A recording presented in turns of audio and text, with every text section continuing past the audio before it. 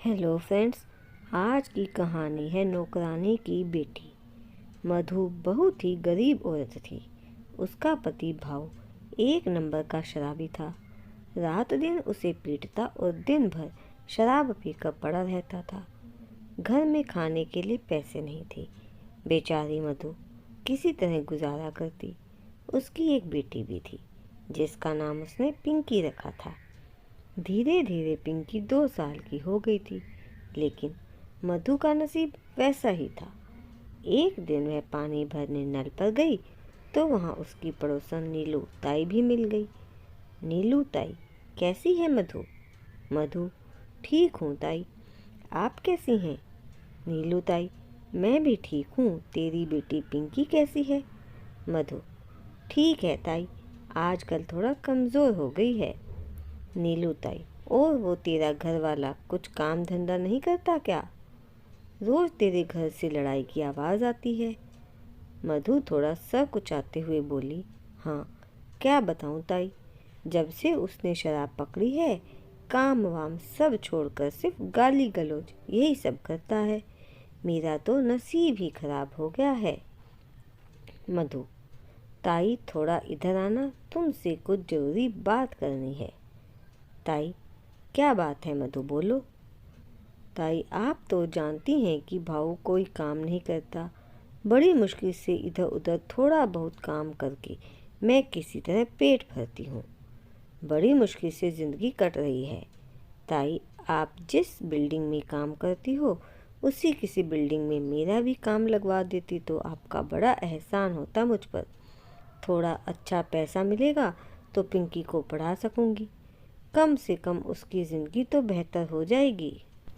नीलू ताई, ठीक है मधु, मैं अपनी मालकिन से बोलूँगी, उधर किसी की वहाँ ज़रूरत होगी तो तुझे लगवा दूँगी। मधु, अच्छा ताई, अब मैं चलती हूँ, कहीं पिंकी उठ गई तो रो रही होगी। नीलू, ठीक है मधु, जैसा होगा मैं तेरे को बता दूँगी।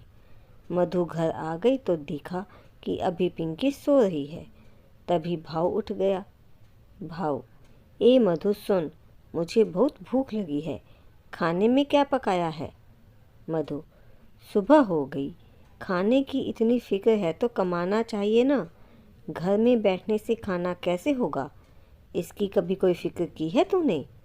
भाव, हट, सुबह उठते ही तेरी किचकिच शुरू हो गई। अरे, खाना पकाती है तो कोई एहसान नहीं करती, समझी तू? यह घर मेरा है, मैंने बनाया है। मधु, सिर्फ घर होने से क्या होता है, खाने के लिए पैसे भी होने चाहिए, कहीं काम धंधा भी तो करना चाहिए। सिर्फ पी के पड़ा रहता, बेवड़ा कहीं का। कम से कम अपनी बच्ची के बारे में तो सोच। भाऊ, एक कान खोल कर सुन ले, मुझसे ज़्यादा जबान न लड़ाया कर, तेरा पति हूँ मैं, समझी ना तू? और फिर उसने मधु को खूब पीटा और निकल गया कहीं आवारागर्दी करने। इस चीख पुकार से पिंकी भी उठ गई और रोने लगी।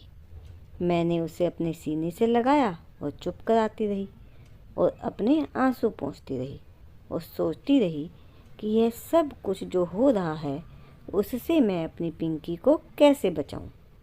कुछ दिन ऐसे ही गुजर गए और फिर एक दिन नीलू ताई मेरे घर आई। मधु, ओ मधु। आई ताई, और मैंने दरवाज़ा खोला। मधु, अरे नीलू ताई, आइए, बहुत दिनों बाद कैसे आना हुआ? नीलू ताई, तेरे ही काम से आई हूँ। वो जहाँ मैं काम करती हूँ ना, उसके ऊपर वाले माले में जो सेठानी रहती है ना, उनको काम वाली की ज़रूरत है। मेरी मालकिन ने मुझसे पूछा तो मुझे तेरा ख्याल आ गया, पर मैंने सोचा तुझसे पूछ लूँ। मधु मारे खुशी की, अरे इसमें पूछना क्या है, मैं कर लूँगी। नीलू ताई, ठीक है, कल चलना मेरे साथ, मैं तुझे घर दिखा दूँगी। मधु, ठीक है ताई, मैं सुबह तैयार रहूँगी। दूसरे दिन सुबह नीलू ताई और मधु उस बिल्डिंग में गई जहाँ मधु को काम करना था। नीलू ताई ने डोरबेल बजाई। कुछ देर बाद एक महिला ने दरवाज़ा खोला। कौन? नीलू ताई, नमस्ते मैडम, मैं नीलू ताई, मैं वो साधना मैडम के यहाँ काम करती हूँ। आपको बाई की ज़रूरत थी तो ये मधु है, इसकी ही बात हुई थी। दीपा मैडम, अच्छा अच्छा, हाँ मैंने ही मिसेज मेहता को कहा था, अंदर आ जाओ। नीलू ताई और मधु दीपा के पीछे पीछे चलते हुए। दीपा मैडम, तो कभी तुमने इससे पहले कहीं काम किया है? मधु, जी नहीं मेम साहब, कहीं नहीं, यह मैं पहली बार। अच्छा अच्छा ठीक है, घर का काम तो आता है ना? मधु, हाँ मेम साहब, झाड़ू पोछा कपड़ा खाना मैं सब कर लूँगी। दीपा मैडम, क्या नाम है तुम्हारा? जी मधु। हाँ मधु, तुम्हें इन सब कामों के अलावा मेरे बेटे प्रिंस का भी ध्यान रखना होगा। उसके लिए मैं तुम्हें अलग से पैसे दूंगी। बोलो, तुम ये सारे काम कर लोगी? मधु, जी मैडम मैं सब कर लूँगी। दीपा, ठीक है फिर कल से काम पर आ जाना। मधु, जी आ जाऊंगी। दीपा, ठीक है, अब तुम जा सकती हो। बाहर निकलकर मधु बहुत खुश थी, लेकिन उसे एक ही बात की चिंता थी कि पिंकी को कैसे और किसके पास छोड़े। इसी सोच में वह चलती जा रही थी। तभी नीलू ताई बोली, क्या बात है मधु, तो कुछ परेशान लग रही है। मधु, ताई वो पिंकी की चिंता हो रही है। क्या करूं, भाव के सहारे तो छोड़ नहीं सकती और घर में कोई दूसरा है नहीं, यही सोच रही थी। ताई, अरे वो तू अपनी सहेली कुसुम के पास छोड़ देना। जब कुछ दिन काम पर हो जाएगा तब तक तेरी मालकिन को तेरी आदत हो जाएगी, तो फिर उसे अपने साथ लेकर जाना, तब तक किसी तरह मैनेज कर ले। मधु, यह सही है, वैसे वह पिंकी को अच्छे से रख लेगी।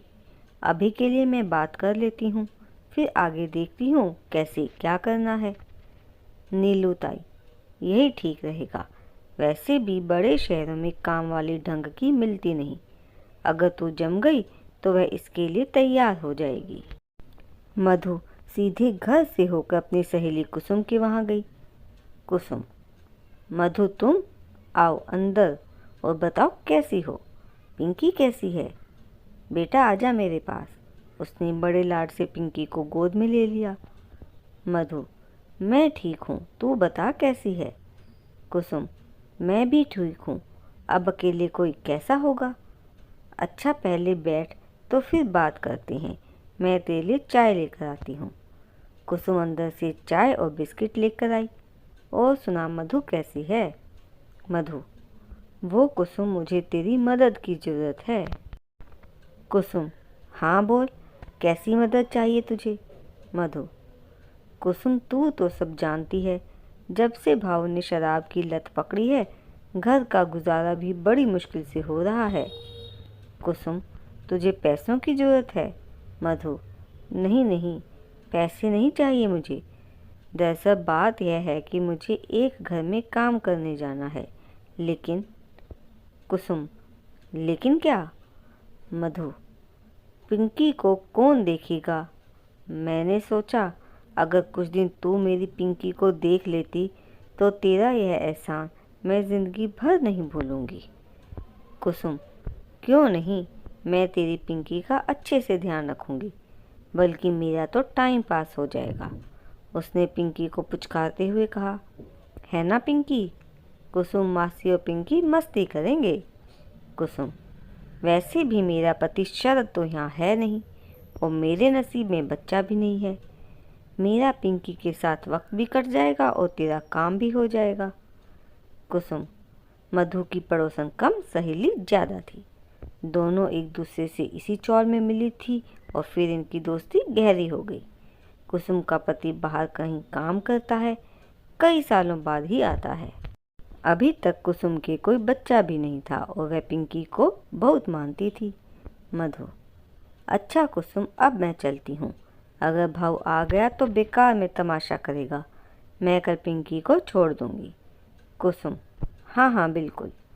मधु को अब थोड़ा अच्छा महसूस हो रहा था कि चलो अब पिंकी को एक सुरक्षित जगह मिल गई और वो भी अब आराम से काम पर जा सकती है।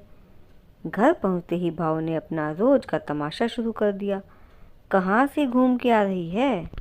मधु, तेरी तरह फालतू हूँ जो घूमती फिरूं, काम से गई थी, समझे? भाव, अच्छा तो फिर ला पैसे दे दे, सुबह से पीने की बड़ी लत लगी है। मधु, जा जाके कहीं डूब जा, अरे थोड़ी भी शर्म है या नहीं? और फिर मधु की शामत आ गई। मार पीट कर भाव तो चला गया, लेकिन मधु बेचारी पिंकी को अपने सीने से चिपकाए रोती रही।